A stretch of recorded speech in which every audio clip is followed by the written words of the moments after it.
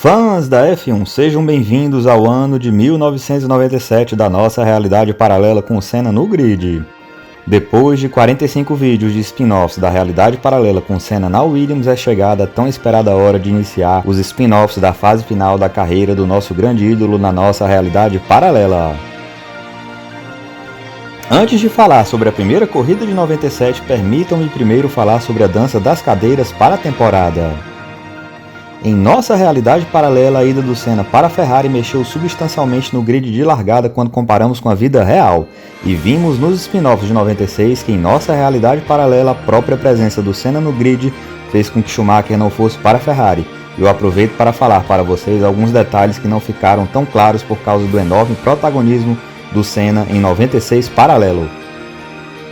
Por exemplo, gente, a presença do Senna no grid fez com que Coulthard permanecesse como reserva na Williams entre 94 e 96, e a permanência de Schumacher na Benetton fez a McLaren manter o Mark Blundell em 96. Antes de continuar, te peço que se inscreva aqui no canal, dê o like no vídeo e ative as notificações se fores novo por aqui. Então vamos lá, gente!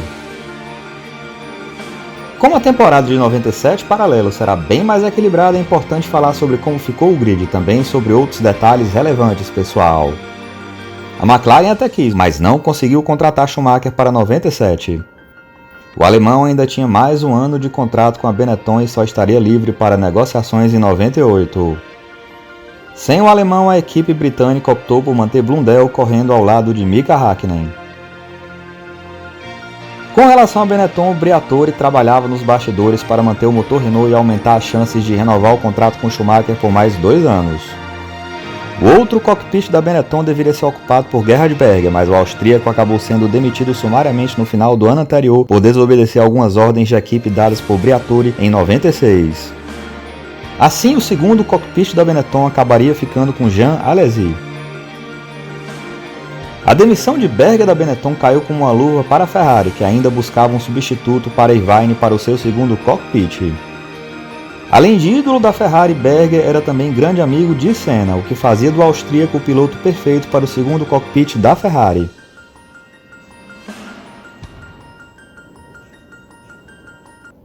A saída de Senna da Williams fez a equipe inglesa resgatar outro sobrenome de peso para a história da Fórmula 1. Jacques Villeneuve era filho de Gilles e, além de um sobrenome de peso, carregava em seu currículo um bicampeonato da Indy 95 e 96 e muita vontade de ver como se sairia na Fórmula 1.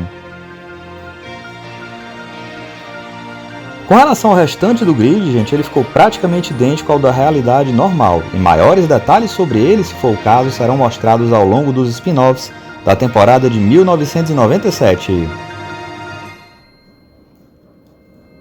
Nos testes de pré-temporada em Mugello, Senna testou pela primeira vez a Ferrari. Suas palavras foram: "É muito grande a felicidade que tenho de poder guiar esse carro.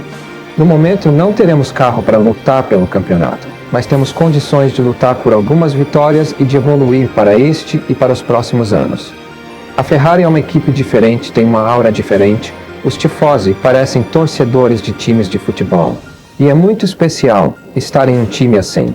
Apesar de ciente das dificuldades que teremos, estou ansioso para começar o ano." Após semanas e semanas de ansiedade, finalmente chegou o esperado momento do início da temporada de 1997. Favorita a pole com Damon Hill, a Williams alcançou o esperado, mas não com o britânico, e sim com o estreante Jacques Villeneuve. Hill ainda perdeu a primeira fila para Senna por 1/10. A primeira fila do início de 97 começava com sobrenomes de peso para a Ferrari e para a Fórmula 1. Villeneuve, filho do ídolo Gilles, e Senna, pentacampeão do mundo e agora indubitavelmente o maior da história. Pouco antes da largada da corrida, o motor do Brazuca morreu e ele acabou largando um pouco mais lento, perdendo a posição para Hill, Schumacher, Blundell e Berger, mas depois se recuperou. Hill também tomou a posição de Villeneuve e se mandou na ponta, enquanto Senna colocou por dentro para tomar a segunda posição. Um pequeno choque entre Senna e Villeneuve acabou tirando o canadense da corrida, e no toque entre os dois o Brazuca perdeu a segunda posição para Blundell. No primeiro stint, Senna se manteve em terceiro e resistiu às investidas de Schumacher, mas o alemão antecipou seu primeiro pit stop. Brazuca foi para o seu pit stop na volta 31.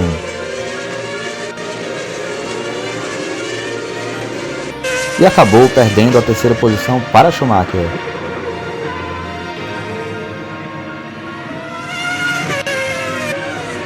A vitória caminhava para ser de Damon Hill, mas o britânico teve um pneu furado a pouquíssimas voltas do final da corrida. Blundell herdou a liderança e acabou vencendo a corrida, com Schumacher chegando em segundo. Senna ainda teve a terceira posição ameaçada por Mika Häkkinen, mas segurou firme as investidas do irlandês e garantiu seu primeiro pódio com a Ferrari. Na coletiva de imprensa após a corrida, as palavras do Brazuca foram: a corrida aqui em Albert Park foi bem disputada. Tive um pequeno problema pouco antes da largada, mas consegui me recuperar. A Williams parece ser o melhor carro desse ano, e a McLaren e a Benetton parecem ser as segundas forças. Portanto, teremos que trabalhar muito ao longo desse campeonato. Ainda precisaremos evoluir mais o carro, tanto nesse quanto nos próximos anos. Mas estou otimista com relação ao que podemos alcançar. Além disso, temos o apoio tanto da torcida brasileira quanto dos tifosi. Há 28 anos, em uma realidade paralela bem próxima a gente, tinha início o último capítulo da gloriosa carreira do maior ídolo Brazuca de todos os tempos, pessoal. É isso aí, meu amigo. Obrigado por ter visto esse vídeo e até a próxima corrida imaginária.